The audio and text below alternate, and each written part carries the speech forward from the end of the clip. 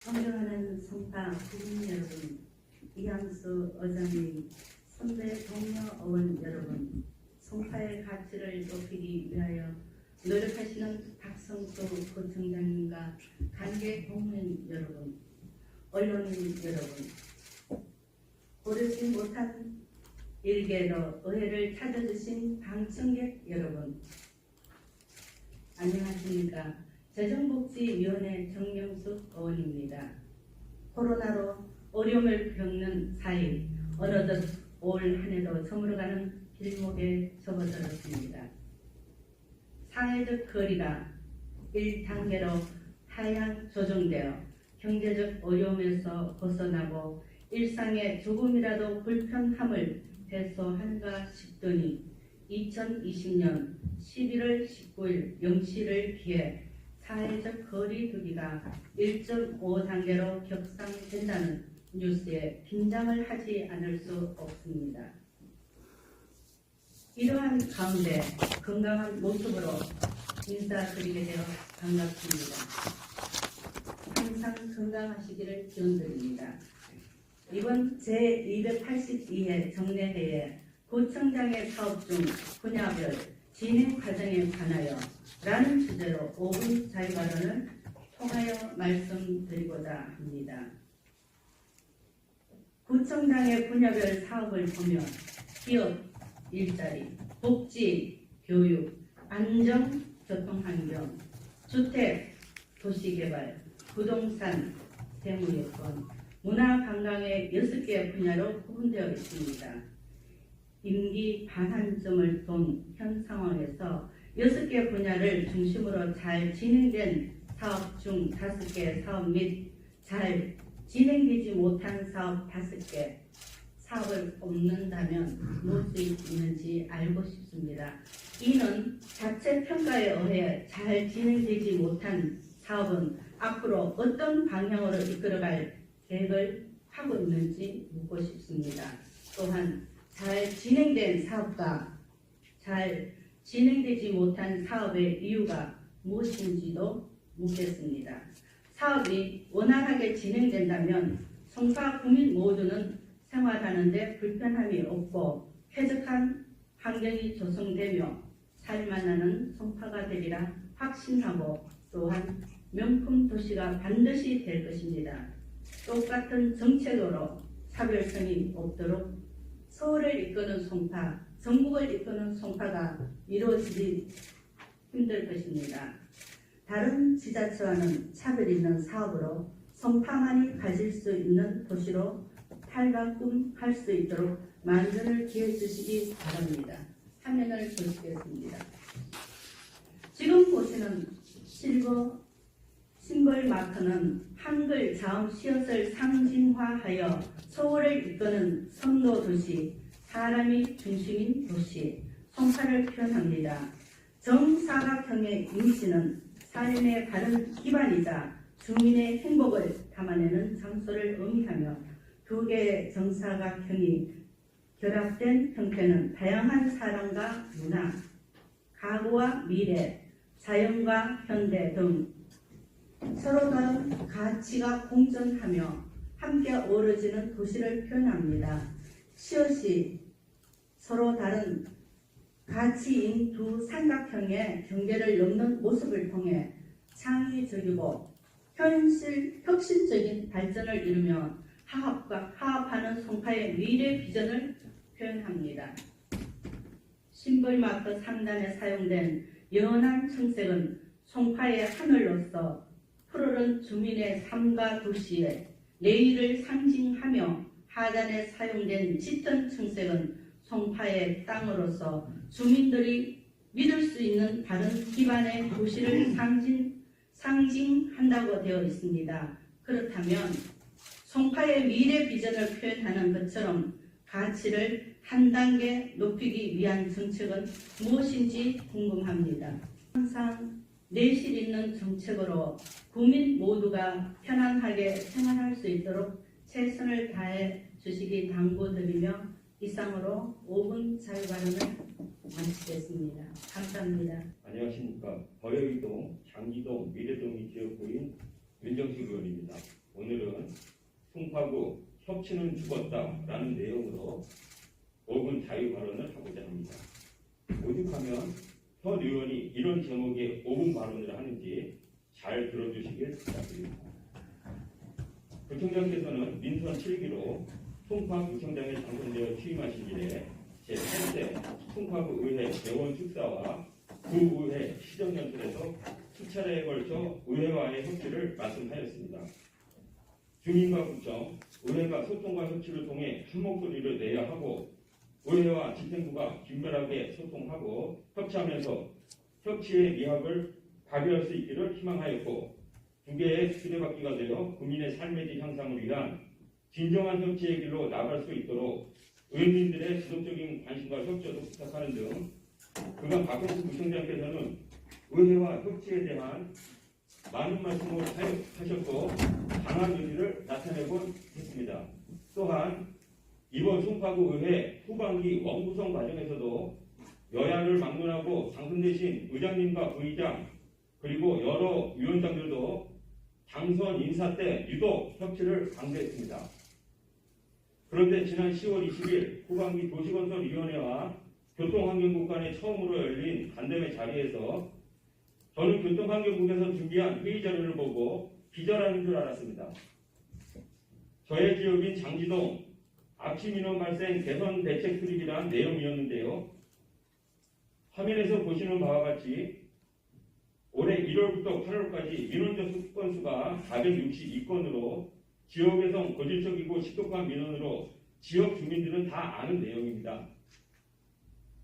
구청에선 이 민원 해결을 위해 작년 8월 29일 제1차 주민간담회 실시를 시작으로 작년에만 4차례 주민간담회를 가졌고 올해도 9월까지 7차례나 주민간담회를 실시하여 총 11번 주민간담회를 하였고 주민간담회 참석자와 참석 횟수로 확인해보니 구청장 1회, 국회의원 남인순 보좌관 3회, 지역 여당 시의원 2회, 지역 여당 구의원 1회, 교통환경국장 1회, 자원순환과장 8회, 환경과장 1회, 국민권익위원회 조사관 1회, 한국환경공단 차장 1회, 그리고 시설운영업체인 주식회사 리클린 대표 10회 참석하였으며 매번 주민간담회에는 지역 주민이 적게는 2명에서 많게는 31명까지 함께 참석했는데요.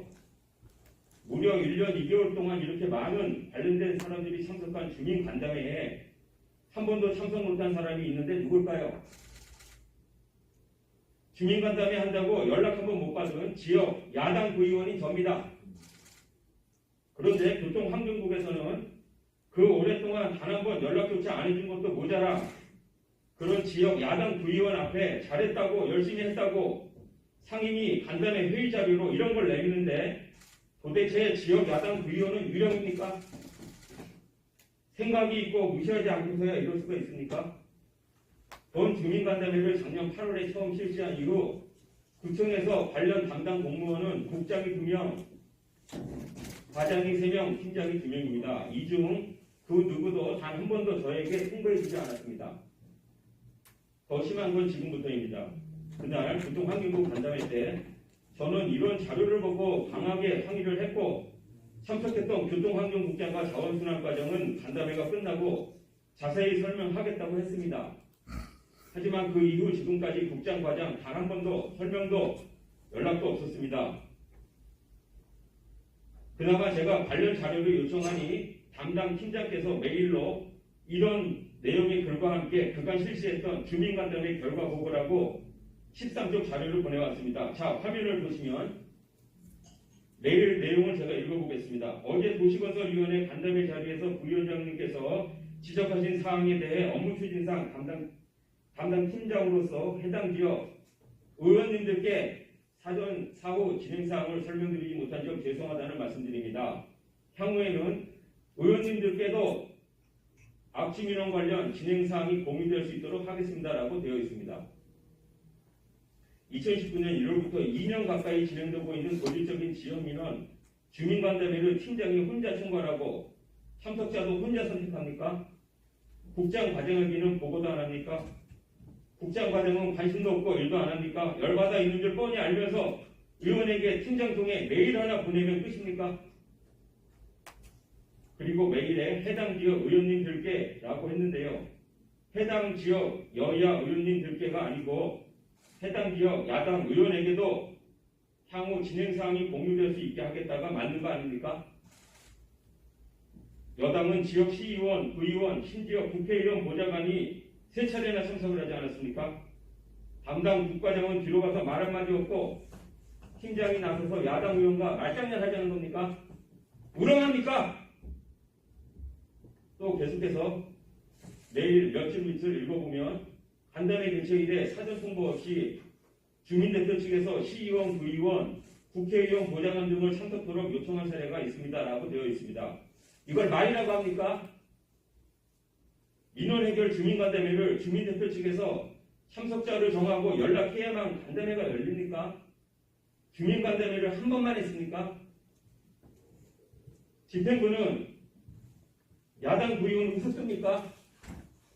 아니면 집행부에서 송파구 의회 야당 정리작업 완료된 거로 상황 판단한 겁니까? 야당 구의원 유령 취급하고 무시하고 지역에서 왕따 시키니까 좋으세요?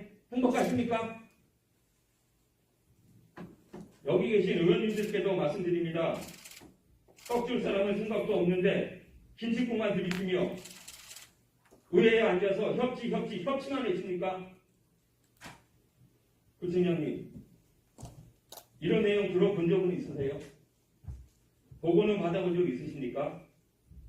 구청장님의 협치에 대한 강한 의지가 무색해집니다. 아니, 구청장님의 레임덕이 벌써 시작된 건가요? 이게 협치입니까? 송파구 협치는 죽었습니다. 구청장님 감사합니다. 존경하는 67만 송파구민 여러분, 이양수 의장님, 박경래 부의장님을 비롯한 선배 국민 여러분, 박성수 구청장님과 1,600명 공무원 여러분, 이 시간 방송국에 함께 자리한 지역 주민과 언론인 여러분 안녕하십니까? 거여일동 마천 1호의 지역구인 도시건설위원회 소속 남은숙 의원입니다.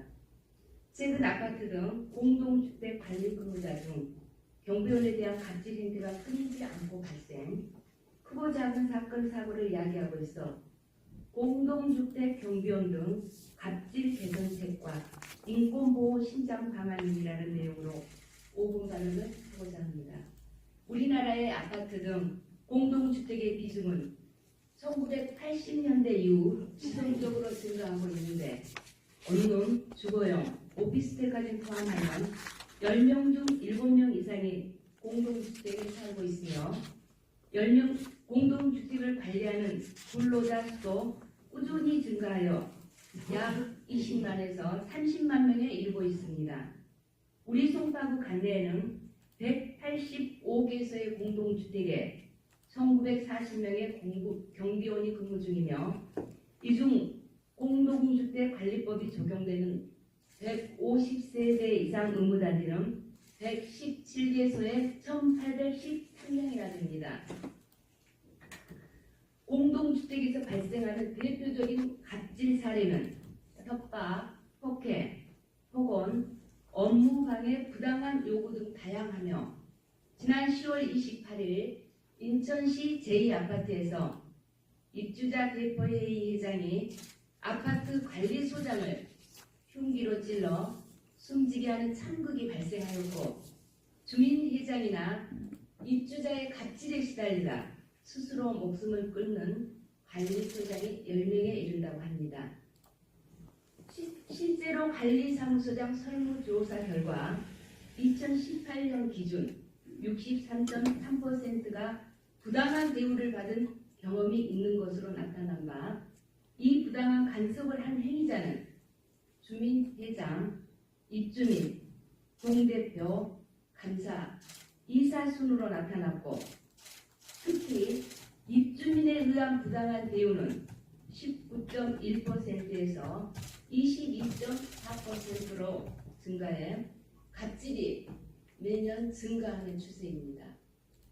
꾸준히 늘어나는 아파트와 같은 공동주택, 여기서 파생되는 관리 근무자에 대한 갑질이 원인이 되어 폭행, 사망, 자살 사건까지 발생하고 있음에도 이에 대한 변변한 법적 조항조차 마련되어 있지 않아 악순환이 계속 반복되고 있는데 경비원 등 아파트 관리 근무자에 대한 갑질 개선 방안으로는 첫 번째, 제 281회 임시회에서 본 의원이 발의한 서울특별시 송파구 공동주택 경비원 인권보호 및 증진에 관한 조례안의 강력한 시행 여부를 현장 점검을 통하여 지도 감독함으로써 우리 구에서 제정한 조례가 그들의 추후 개선 및 사기 진작과 나아가 공동주택 경비원 등의 인권을 보호하고 증진하는 데 실질적으로 보탬이 될 수 있도록 해야 하겠습니다. 두 번째, 관련법이 시급히 개정돼야 합니다.